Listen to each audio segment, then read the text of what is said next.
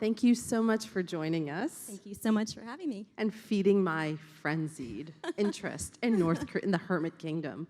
So let me start by asking, how did you get there? I mean, it's almost impossible to get access to that country. So talk me through how you actually physically were able to get a visa to go. Sure.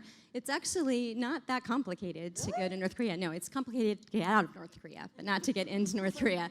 There's agencies in China that specialize in travel and tourism to North Korea. So you work with those two agencies, and they facilitate. And there's only all two the agencies? Only two that I know of. There Okay. may be others, but the two that I know are legitimate.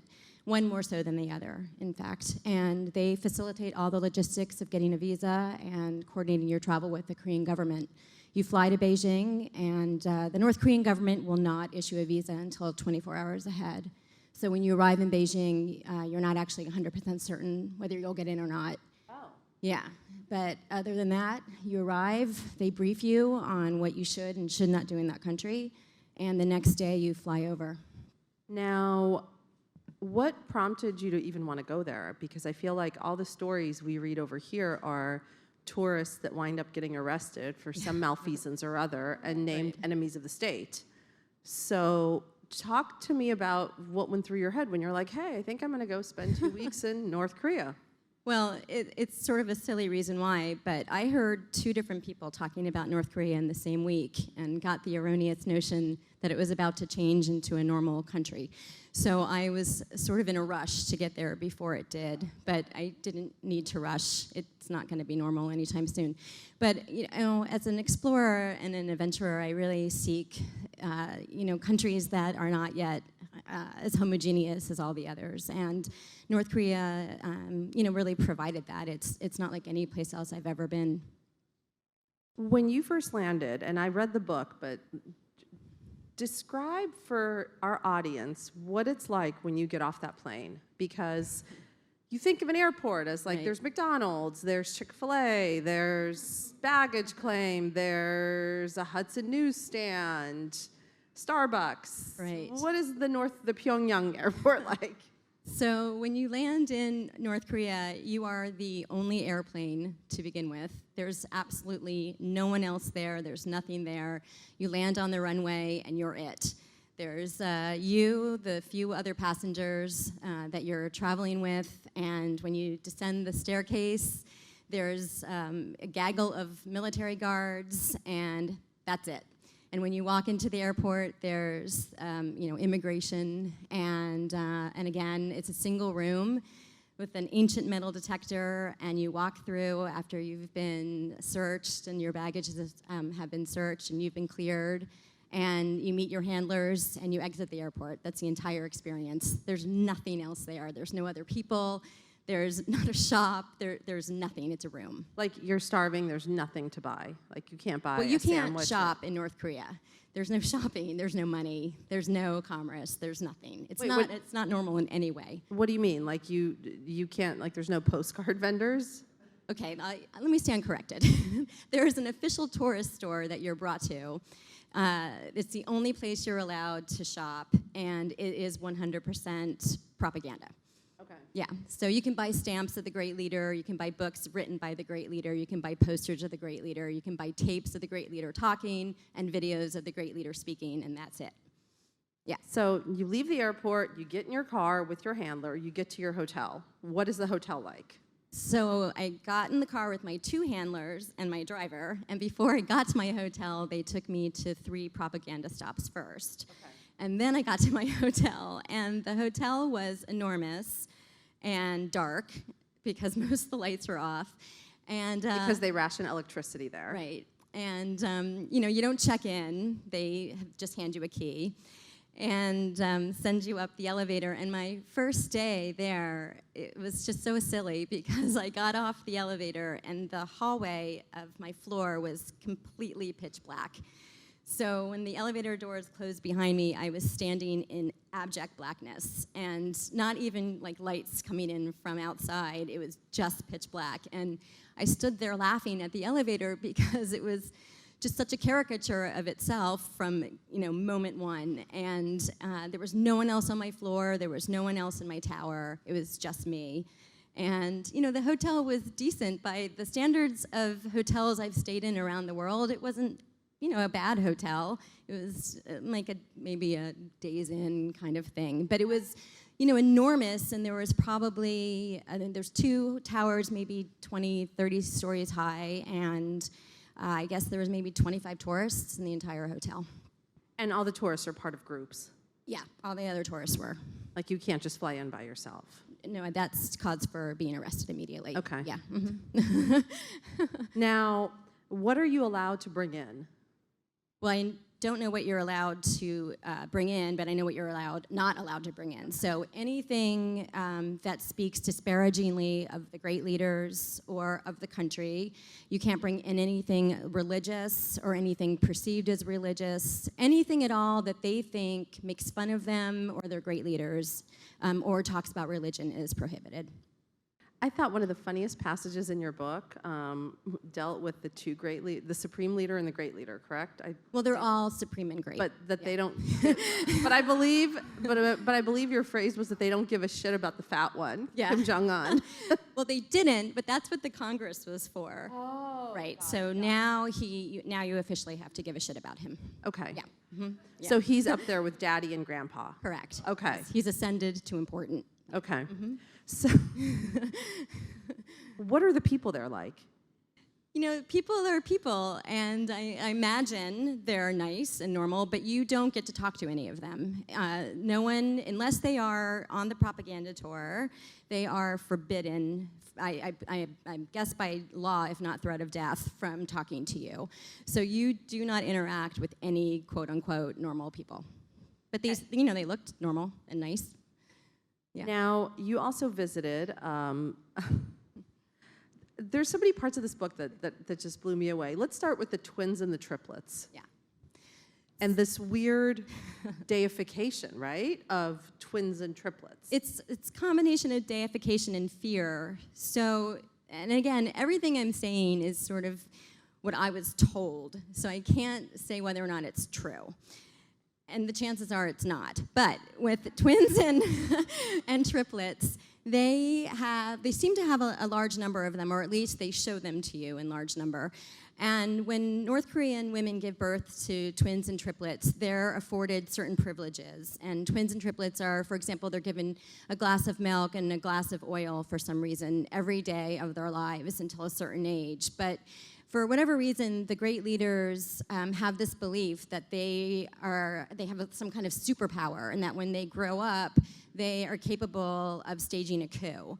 And so they are remanded to orphanages in great numbers. But the way that it's presented to you when you're there as a tourist is that they don't want the burden of twins and triplets to be on the family, so that they take them from the family to the benefit of the family so that other people can care for them. So when you go to orphanages, they are chock full of twins and triplets. It's basically only twins and triplets in the orphanages. And what were the orphanages like from your perspective? I haven't been to a lot of orphanages before, but they seemed somewhat normal when I first got there. The kids seemed well cared for and happy. They were all in matching outfits that the great leader himself, of course, picked out. But when I went to the one designated room where I was allowed to interact with them, they were very reticent. They didn't really show signs of normal children where they would look up at you and engage with you. But they did do a very well choreographed song and dance for me. I think most of them were age 3. And this is sort of indicative of the kind of thing you find in North Korea, where you'll walk into a room and they'll break out in a song and dance that's supposed to be spontaneous, but obviously they've been training these small children since birth to be able to do this routine.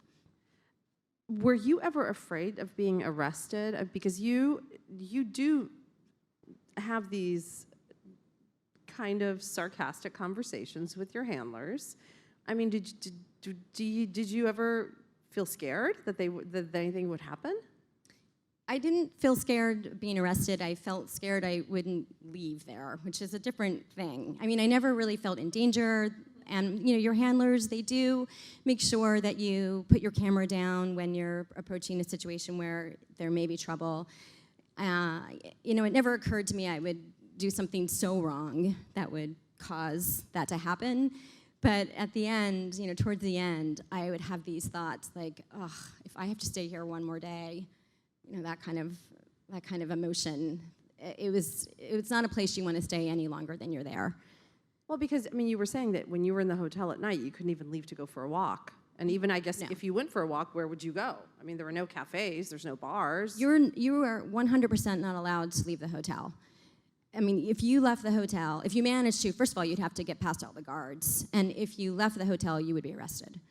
So I was with my handlers at all times, unless I was in my hotel room alone at night. I could not go to the bathroom by myself during the day. I was never apart from them. Wow. What kind of food did you eat? So I'm a vegetarian, and I ate a lot of vegetables that I did not know what they were. And and apart from that, rice and chocolate bars procured from the gift shop at the hotel. A lot of chocolate bars. So basically, you ate a lot better than the average. Oh, without question. So they want you to believe that North Korea has abundant resources, that everyone is well-fed. This is to counter, of course, the famine that the country suffered. And so at every meal, regardless of whether you want it or not, they serve you massive quantities of food. It just keeps coming and coming and coming. And even if you specifically say, please don't give me so much food, it doesn't matter. And it would just be, I just don't mean to sound mean or picky, but the food was really, really bad and truly indescribable. I would not know what it was. And they also strangely serve you beer with every meal, not water, beer. So you have to ask for water and pay for it, but they serve you beer even at breakfast. What is it like on the streets there? The streets are empty for the most part. There's no freedom of movement. You see more cars now, from what I understand, than in the past in Pyongyang. They're always, very important people. And there's people, you'll see them at certain times of the day queue up for the bus. But if you go outside of Pyongyang, it's third world. You'll see very, very poor people, peasants, young children with not clothed properly. But my handler would do her best to talk to me nonstop so that I couldn't look out the window. Yeah. Wow. And how did you, I know you asked them a ton of questions. How did they explain away the fact that you're in the capital of North Korea and there's no one on the streets? Usually they just wouldn't answer me. Yeah. What was your biggest takeaway from this trip? How lucky I am not to live there primarily. So, it's just, I had this overwhelming sensation at all time that I couldn't believe that in this day and age, they were able to control an entire country of people still in the way that they do. But if you shut down the internet and you shut down the airwaves and the radio waves and control people with fear, not just for themselves, but for their family, that gives somebody an awful lot of power over you. Yeah, we were just saying back there how incredible it is that this entire country doesn't know any of this exists. Or maybe a couple of people do.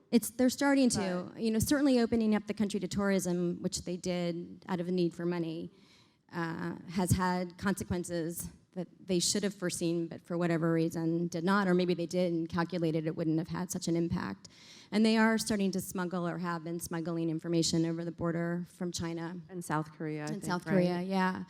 But largely, once you get outside of the elite, folks who live in Pyongyang, there are people who truly believe North Korea is the best country on earth and the most advanced, and it's so far from, it's not even funny.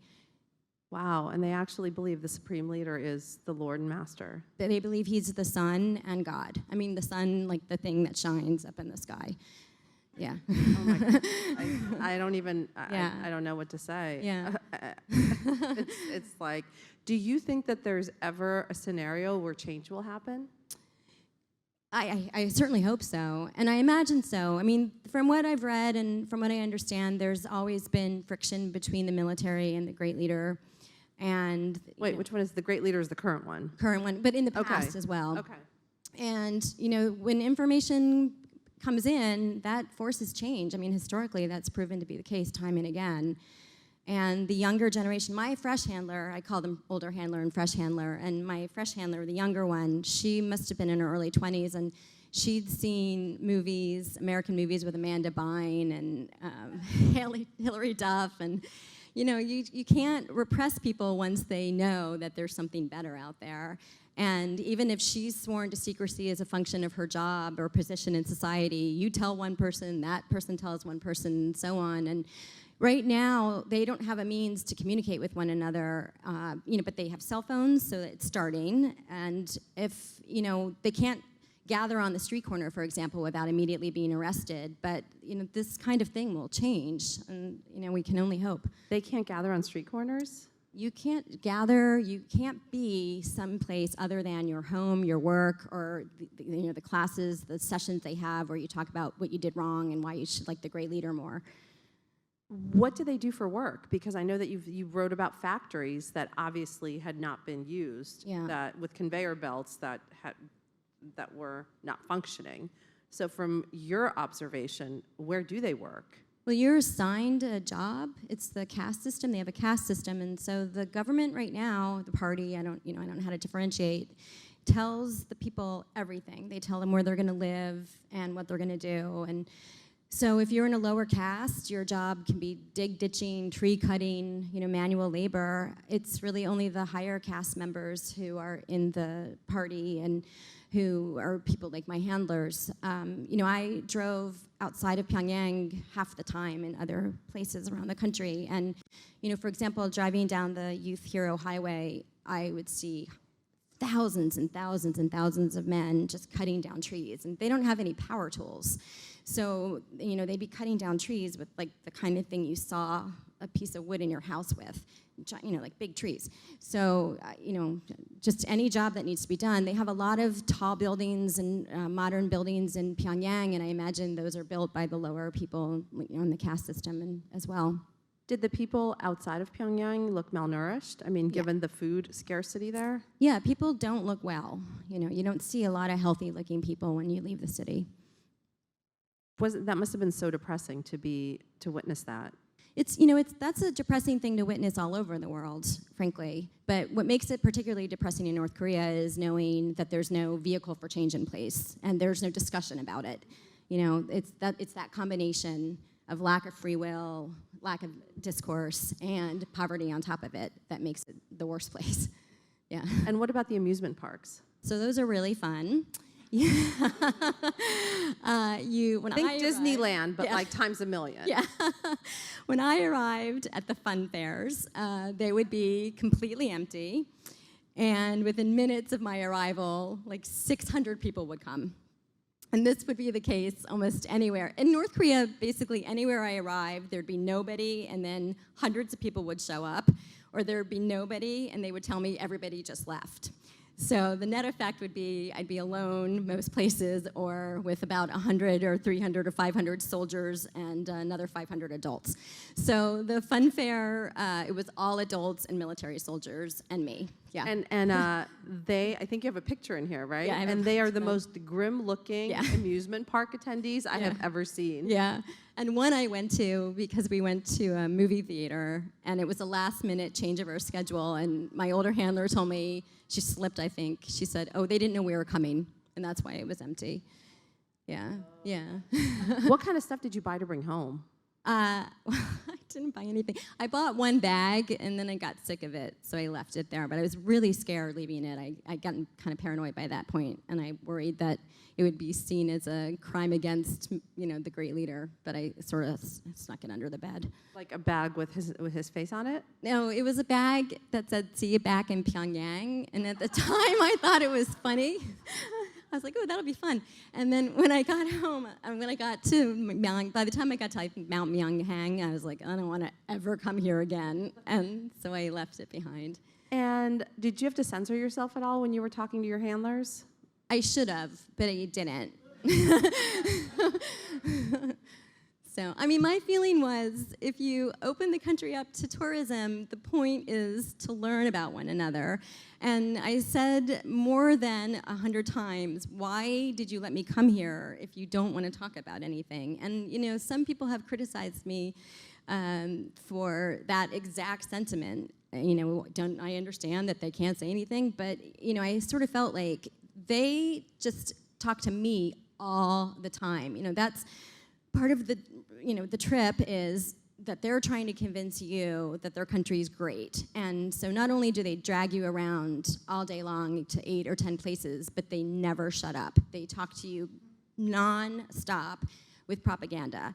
And by nonstop, I mean non-stop. It's never-ending flow of propaganda talk, but you are not allowed to speak back. You can't ask any questions, and if you do, they just lie. They don't answer anything, and I don't understand how they think that's supposed to work if they can talk nonstop, but you can't ask a follow-up question without it, you know, the response being a lie or them just actually ignoring you. Fair enough. Yeah. I mean, I think, like So, the highway that, right. What is it? The You don't bus get that it both ways. Yeah. You know, Exactly. right. So don't talk to me all the time if I can't ask you anything. It's like you can't have the euros and the dollars Right. without giving something in Right, exchange. right. And now for our audience, please. Hi, Mrs. Wendy. I think this is very interesting, the fact that you were brave enough to go over there to bring that information back to us who were very spoiled. Just listening to you made me very grateful. But I'm interested in this because I want to know, I have a couple of questions. One, what was the hardest part of your publishing? And did you have like any restraints on what you could put in a book or not could put in a book? And I also wanted to know, with everything being so controlled, what do you think those who are more privileged could do to change anything or bring awareness to it? Well, first, I wrote the book before I sent it to anybody to publish, so I put whatever I wanted in the book. And my publisher was very gracious in letting me keep the book pretty much the way it was, you know, not accounting for grammar and spelling mistakes that they had to fix. And, you know, this is how you make people aware of the situation. The Congress that took place a few months ago, the reporter, Anna Fiefeld, I think was her last name, from Washington Post, did an excellent job reporting on what was really going on inside, and it was an opportunity for many reporters to do the same. And the only way you change anything in that country is just making people aware. You know, we can't really do much else from here, so, yeah. Next question, please. Hello, thanks for being here. Sure. If you could name one great thing during your stay at North Korea, what would it be, if it's possible? I sound so negative when I talk about North Korea because it's such a crappy place, but I had so many great experiences, and, you know, they mainly came from my relationship with my handlers, just small little moments that we'd share where I broke through with them, and, you know, where I would say something sarcastic and my younger handler would sort of get it and crack up with me, or usually at the expense of older handler who wasn't as nice, or you know, we ran into a bunch of little kids one day, and they were too young to have been indoctrinated yet into the sort of North Korean mindset, and they were, you know, genuinely and authentically excited to see me, and you know, they didn't have fear yet, but on the flip side, just the hilarity of the things that were happening. It was so absurd. You know, when you show up at a hospital and there's no patients, and the explanation is they all went home in the morning. It's just, you know, it was hilarious. I hate to laugh at the expense of this country, but the things that would happen to me probably will go down in history as the funniest things in my life. Next question, please. Hi, Wendy. Hi. So I think everybody here kind of, you know, has a pretty general understanding of how crazy North Korea can be. I don't really, you know, watch the news just for sanity's sake, but like most of my, you know, mindset of North Korea really came from the Seth Rogen, James Franco movie, The Interview. And you would think a lot of, you know, the jokes were hyperbole, but like you said, it's just a lot of, you know, propaganda and crazy misconceptions, and they bring orphans out to sing like Annie. It's really weird. So I was wondering, what was the most troubling form of misconception, and how do you feel about Trump, Kim Jong-un supporting Trump in this election? Well, it doesn't surprise me, first of all. The thing about that movie, I watched it when I got home, it wasn't untrue. It really wasn't, and it wasn't exaggerated. They didn't kind of have to go over the top as much as they did, because it was pretty much right on. And, you know, I don't know, the whole thing, the country is as exaggerated as you think it is. So as crazy as you think it is exactly that crazy, yeah. And, you know, I don't want to be political. I don't know who goes for what here. Let's go for the next question. We're going to take our final question from an online viewer. Sure. So Joshua would like to know, Do the people of North Korea know about their leader's education in Switzerland or other visits to the West? So the people in North Korea don't know anything that the North Korean party and great leader don't want them to know. They have 2 television stations, and it's 100% propaganda programming, and they have radio that is hardwired into their homes. So whether they know about his education or not, I'm not sure. They would only know it if the great leader wanted them to. I imagine probably the people at the highest elite level may know, if it's only though if it served to strengthen his position, and otherwise they would never know. And I assume that, before we let you go, that there's no resentment in a country that's starving that their supreme leader, or great leader, sorry, is, I get them confused. It's the same, great, yeah, supreme, is dear. Obese. The famine did shake a lot of people's love and confidence for the great leader, and the son, Kim Jong-un, did not have the same respect as his father and grandfather did.